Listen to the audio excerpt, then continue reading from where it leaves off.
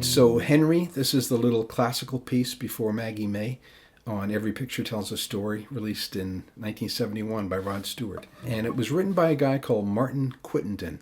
And he played with Rod for a couple of years, maybe longer, I'm not sure. And he actually co-wrote Maggie May, and he co-wrote You Wear It Well, which are, two of my favorite Rod Stewart songs. But he got 100% writing credit for this little piece, and it's like less than 30 seconds long. But there's some really sweet playing in it. And it's very, it's classical in nature. So it's very disciplined and kind of rigid, And I had to really put in some time to get this thing down. It sounds so simple, right? But it's actually really challenging. And this guitar I'm playing, I don't own a classical guitar. I actually borrowed this from one of my sons, Luke. So thanks, Luke. I'll get it back to you soon, don't worry. We're in the key of basically A minor, and we're in standard tuning. So we're going to start like this. That's your first figure. It's so sweet sounding. I just love this piece. We're going to go second fret of the G string with our first finger and fifth fret of the E string with our little finger. And then we're going to grab G5 and try and keep that high E string ringing. And then the D and E strings with our first finger, a little bar. And then we're going to hit G2 and open E. And make sure you mute that B string because you don't want to actually, get that ringing. Real slow. And now moving on from that. So we're going to go G2 to B1. And then I'm going to use my little finger and go. So that's open G in the D string. And then the high G on E3. And then we're back to G2 and the open E string. And I'm playing G2 with my first finger now. A reason we get that there is because we're playing that octave.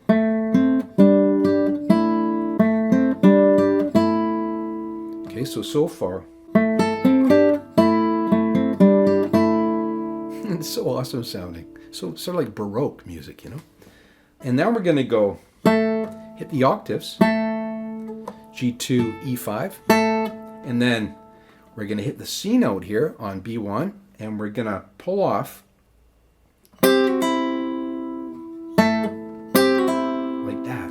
So 3 pull-offs or 2 pull-offs. And I do that with my little finger because I can just get a better snap with that. I mean, technically you should probably go, use your third and second. So, but I use my little finger. And then we're going to go open G and D3 to G2 and open E.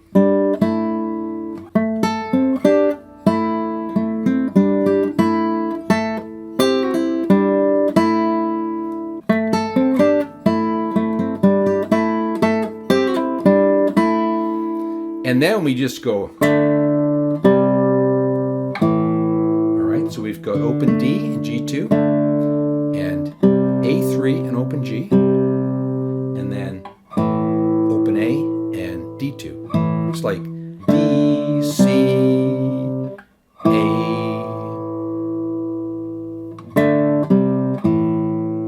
And in my demo, I kind of went, I held that C, but when I listen back, it's more like it's just short on that C, like that. And then we just repeat the whole thing.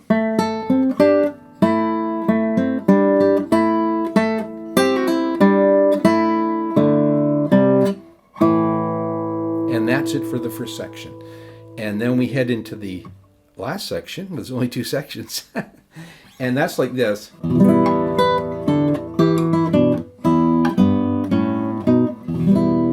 So awesome, such beautiful playing. So we've got an E minor, and we're just going to arpeggiate it. And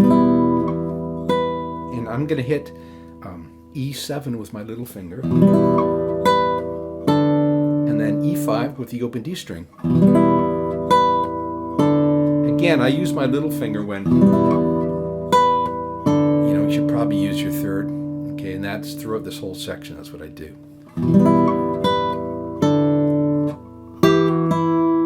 And then we're going to do that, which is tough. It looks easy, but that's a hard one.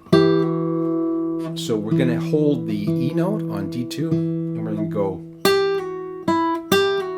pull off 3 to 2 on the high E, and then you pick that open E.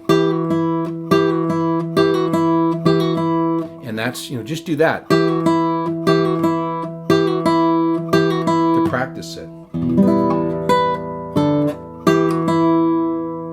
And then we're going to go.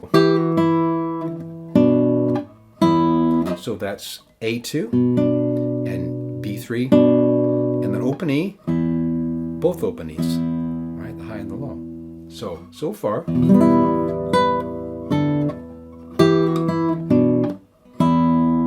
And you'll notice I'm kind of muting there. There. Because we don't want strings ringing there. Like that. Okay, and now the last bit is, so we've got E3 and open B, open A and B2, and then A2 and B4, and E minor. So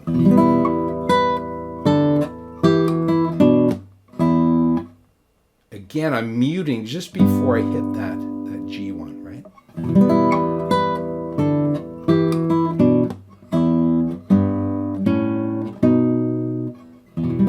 And it's a sharp one, like again.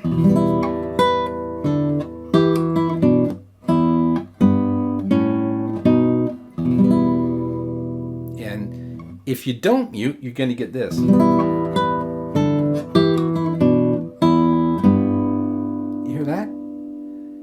Where it's kind of all that strings ringing. They normally, when I do my own arrangements, I love to have ringing strings, but in this you don't want it, so you got to mute.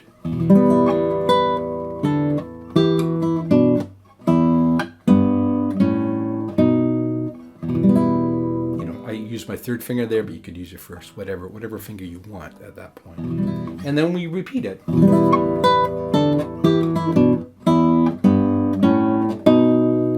And then instead of ending on the E minor, we're going to pluck that E major. So we're going to go open E, and we're going to get the E on D2, and we're going to get G sharp on G1, and the high E with the third finger. So the thumb there, first finger there, second finger on the G string, and third finger on the high E. And so, the song's in a minor key, and, an E minor, but we're ending in a major, and that's known as a Picardy third, or the happy third. That's what they used to call it. And, you'd have to look that up on Wikipedia or whatever if you want to dive deep on the Picardy third, but that was really common back in those days, that end on that happy third. Okay, so let's do the whole thing real slow one time through.